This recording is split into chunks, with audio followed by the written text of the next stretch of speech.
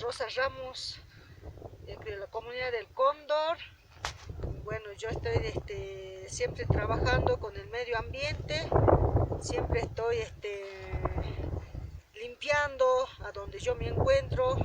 Y también yo aprendí mucho de mis papás eran así, que ellos no pisoteaban la leña, nada de nada, nada, así que mis papás eran bien ordenaditos, así que yo me crié así como mis papás me han criado, y sigo ahora yo lo mismo así, con mi familia. Y también hemos plantado aquí en la comunidad del Cóndor arbolitos, plantamos, y aquí me ayuda mi esposo, mis hijos, me apoyan mucho, mis 6 hijos que tengo me apoyan. Y para mí es muy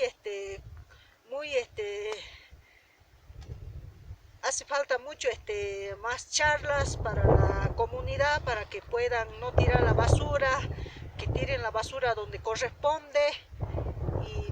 Y para dejarlo yo a mis hijos y a la comunidad, a todos los que están viven en las comunidades, que no me gusta cuidar el medio ambiente. Y también eso nomás. Muchas gracias.